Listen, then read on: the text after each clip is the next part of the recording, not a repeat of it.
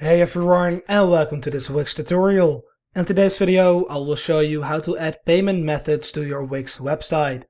So without further ado, let's get right into it. The first thing you want to do is to actually go over to the site on which you would like to add the payment method and then just click on select an edit site. You'll then be sent over to the dashboard of your Wix website, and if you haven't added the payment methods already, you might actually see this screen, where you can simply go over to set up payments.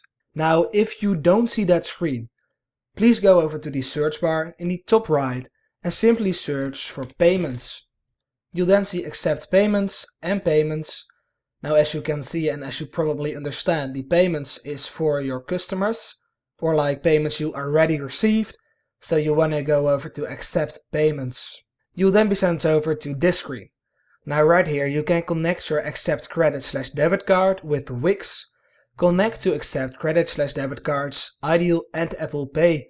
If you would like to connect or add PayPal to the payment methods of your Wix website, simply click on connect, and of course you can also add manual payments. I'm not really going into that because most people won't use it.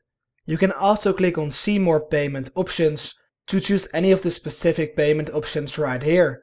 There's really a lot of options available, including SEPA bank transfer, credit cards with Molly, Ideal, crypto, so you can even accept cryptocurrency payments, and also the PaySafe card, Klarna, so people can pay after they received your product, and PaySafe Cash.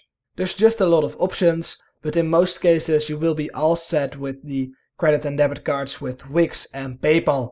So then simply click on connect. You'll then see everything you need to do. However, from here on I can't really help you because this process differs from the country you live in. So that's all for today's tutorial. If you do have any questions, please feel free to ask me in the comments down below so I can help you out.